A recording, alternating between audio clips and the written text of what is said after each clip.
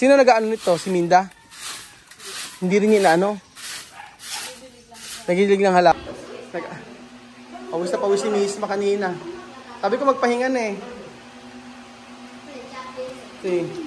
Si, trabaho eh. O, si tabi ano?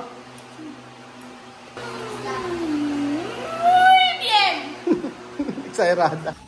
Galing ako kila Virgin mga amigo. Nahanap po sila Misma. Nandito rin kila Princess. At ako'y magluluto kami ng breakfast. Masukal. Ito ang gusto kong tanggalin eh, yung mga halaman na ito eh. Sobrang tumanda na eh. Ito sila nagwawalis. Sipag ah. Marami kasi ditong kalat. Araw-araw daw sabi ni Princess. Buenos dias.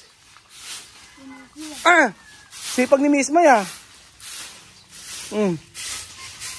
Edad bakit ganito? Marami talaga. Talagang umaga? Di ba kalilinis lang nila Bibian? Araw-araw. Ay, naglalagas ano? Oo. Kaya nga eh. Baka pinapunta ni Chemam eh. Sipag pati si Sophie oh. Sophie, tu sabi, barer. Oh. Pawis si Misma. Kaya nga oh. Ano bakit to, sir? Nung isang araw, di ba, wala na to? Kasi namatay yung langka kasi. Yan yung sinungginit siya, mame. Sinungginit siya, mame? Nag-aapoy na yung langka. Wala daw problema. No problema, nasira yung, namatay yung langka. Mari, kumain ka na? Bebe? Mari? Kumain ka na? Oy! Sipag nila, ano? No? Sipag nga yan, basta inutusan ng nanay. Ala naman kasi silang gagawin. Nililimitahan yung paggamit ng gadget. Napansin mo pag nandun sa amin, maghapon nagga-gadget lang. Kaya nga, sila... Hindi naman silang utusan. Mali naman utusan. Kanya naman ganyan, kanya-kanya silang trabaho. Wala naman silang gagawin sa bahay eh.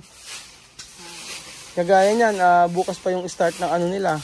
Yung sa hindi araw-araw may tutor sa language nila. Tsaka si nanay kasi ni Chemami na nagtatrabaho sa bahay kasi yan. Ganun nga. Oo. Magaling nga. Kahit saan mapunta hindi mahihirapan. Hindi sila mahihirapan. Maliliit pa lang, marunong na. Oo. Dapat siguro putulin na lang yung langka Oo, ganun yung Hindi ba pwedeng tanggalin na lang yung mga itapon, hawanin. Hindi ba pwedeng itapon na lang yan? Ayusin natin tong likod. Oo, Oo, para may mapupunta. Mas masarap dito sa likod eh. Mahangin dito. Dito, oh. Misma, cuando tú tienes tiempo, tú puedes venir aquí para jugar. Mas mejor aquí. Aquí hay internet. May internet dito, di ba? May internet naman sila, Prince eh. Ito ba hindi tatapon to? Hindi pwedeng tatanggalin? Tatanggalin na to, di ba? Oo, baka may ahas lang dito eh. Kung ako yung tatanggalin ko eh. Ayusin natin to, no? Ayusin niya para sa kanila. Oh. Kaya nga eh. Dito maglalaro sila. Kasi mas dito presko. Sa kanila kasi wala namang halaman eh dito oh. Oo, babawasan. Meron ka bang itak? Walang itak. Naglaki yan ay eh. Kalat nga lang. Hindi mo magagawa yan, may anak ka. Isang trabaho bata, hindi ka ni Princess. Kaya sabi ni Tia Mami, sila Bibian ang nakaraan, silang nag-aayos dito. Saka si Amir.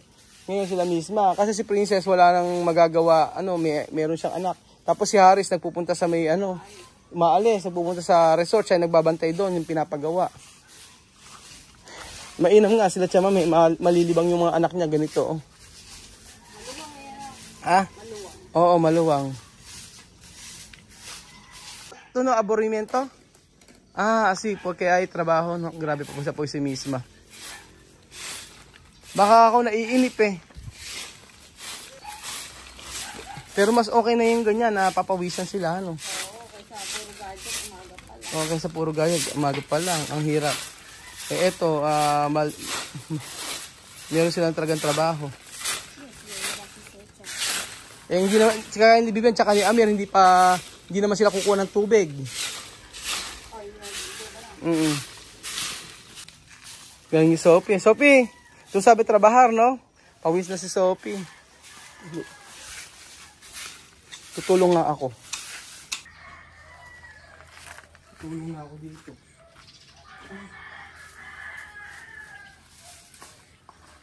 Okay, ako muna misma.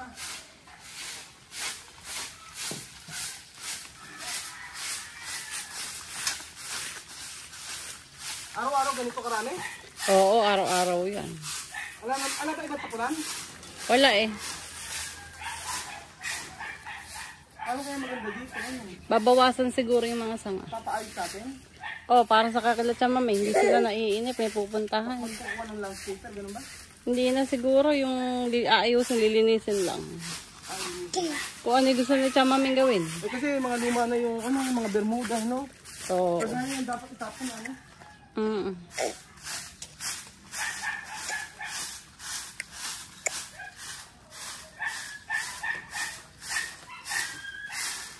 Sino ba nagsunog dito? Ha? Sino nagsunog? Yung siniga namin. Hindi, sino nagsunog dito? Si mami. Sinunog dito, mami. Oo. Ayan.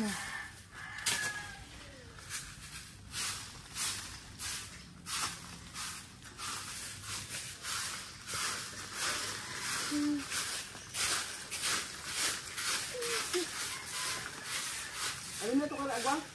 Ay, agwa.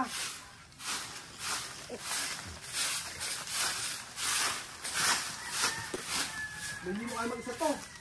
Oo. Kasawaan ka dyan, araw-araw ganyan. Kaya araw-araw, gawin stand, hindi na.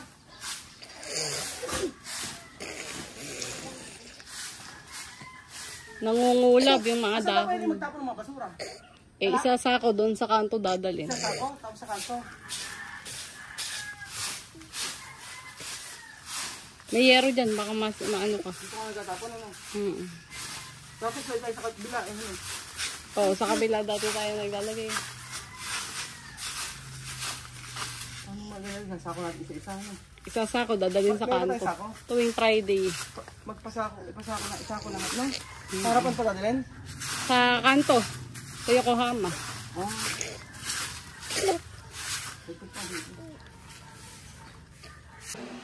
Pawis na pawis si Misma kanina. Sabi ko magpahingan eh. Si, ella trabajar ahí. Oh, sí, está bien, ¿no?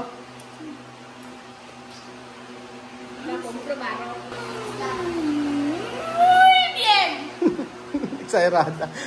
Tú no, descansar. Ya está barrer. Descansar. Sí, hay mucho ahí, hay mucho, ¿cómo se llama? Hojas ahí. Es sacar todo, sacar todo. Porque mañana empezar de escuela.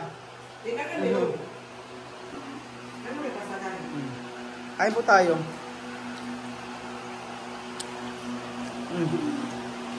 Breakfast. Kaya está en el hospital con tu bestie. Vomitar. A las 3 de madrugada, yo al hospital. Después, mamá, mi vientre duele. Después vomitar, mucho comida, salir ayer. Yo no sé qué clase de comida. ¿Por qué? Pero tú no vomitar. ¿Ah? Hay un tipo de... Hay un tipo de tifoidea, suele coger los niños, todos los niños. Ah, sí, posible de... Pero el vientre. Cuando vomita mucha comida en el Ahora tiene suero. agua como amarillo, como así. Solo así. Parang typhoid daw sabi ni Tia Mami. Hasta ahora está en la hospital. Este también lo tenía. ¿Qué? Yo. ¿Qué igual? Yo vomitar. ¿Cuándo? Yo vomitar amarillo. ¿Cuándo? Yo vomitar ¿Qué agua. pasa? ¿Cuándo? Antes de venir aquí. Ano sabi ni... nagsuka din daw si Alima dati. Pero hindi kala ko kahapon sumukay eh. Me habían puesto esto. Suero. Si está en el hospital, yo hablar con tu bestie. Pero tiene suero, después inyectar, así. So, ayun po, Posible eso cuando coqueto tiene limón. limón. Limón y azúcar. Pero no hay, vomitar, pero solo agua, nada más. Solo agua. Agua. Hace huele. Oh. Ayun po, Yo he visto Sofía había venido flaca. Sofía no tenía. así. So, ayun po, sabi ko na siya, mami, ay nag-ano daw po. Si Alima nang dumating daw po dito, suka din daw ng suka. Sinabi ko lang kay Chama, pinaalam ko lang na si Kylie ay nasa hospital ngayon at nasa emergency. So mamaya babalikan ko kasi sabi ni Chama, pupunta siya ng bahay, maglilinis siya doon, yung mga kristal, yung mga salamin, lilinisan ni Chama. Kaya sabi ko, late na kasi ako nakapunta rito kasi nga dinala namin si Kylie sa hospital. So ayun pa mga amigo, i-update ko po kayo kung ano po yung nangyari kay Kylie. Ayan ako. Así. Costumbrada de comida de Pilipinas hoy. Está bien, no, misma? Oh. Nakain nila yung pagkain, no? Gusto yung halos puti, yung putit kutsinta. Masarap naman. Hindi naman masyadong matamis, eh. Sabi niya may matamis daw. Yung putong puti. Pero kaya mejor, esto o yung blanco? Dos. Sabi ko ano mas okay sa kanila, ito o yun. Parehas daw. Con coco está bien, no?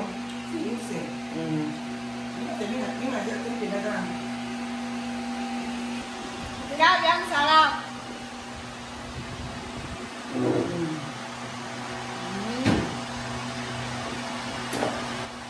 Pagod pero masaya. At dito po nagtatapos ang ating video mga amigo. Ngayon ko napatunayan talaga na iba ang mga anak ni Tia Mami. So kahit sila Bibian Amir, may mga ugali na medyo hindi okay, pero pagdating sa trabaho talaga masasabi mo na deserve talaga nito na makapag-aral sa Pilipinas. Kaya yung kagaya niyan, tinutulungan nila si Princess kasi wala naman daw masyadong trabaho dito sa bahay. Masaya na ako na ganoon na pagkatapos top tip pa rin siya, may pupunta siya sa bahay para tulungan si Lenlen sa pagluluto, yung mga ganun. So, sa kanya kasi doon sila kumakain sa amin kasi nga para isahan na lang. Ang dami kasing nabago na changes sa pagtira nila dito. Dapat talaga sama-sama talaga kami. So, anyway, yun naman yung nangyari. Ang mahalaga po ay okay sila. Okay at nakapag-a-adjust na sila. Nakapag-adjust na sila dito sa Pilipinas. So, salamat po sa panonood ng video na to at masaya ako. Masaya lang ako dahil ubos agad ang pagkain. Wala akong masasabi talaga sa pagdating sa pagkain. Hindi lahat gusto nila yun ang totoo. Yung mga pagkain sila na nakakain nila pero hindi nila masyadong type. So, ayan po mga amigo. Salamat po sa mga Aprikano nito na naging inspirasyon ng maraming tao. Lalo-lalo na yung mga nahihirapan. So, sino mag-aakala na dating namamalimos ay ngayon ay nasa Pilipinas bibigyan natin ng magandang buhay. Salamat po at God bless. Kaya kapitan po mga amigo sa lahat ng mga naghihirapan dyan. At huwag natin isipin na sobrang hirap ng buhay. Ang isipin natin ay solusyon sa mga problema natin. At syempre magdasal, manalangin at isipin natin na may Diyos na tutulong sa atin. Salamat po mga amigo at God bless.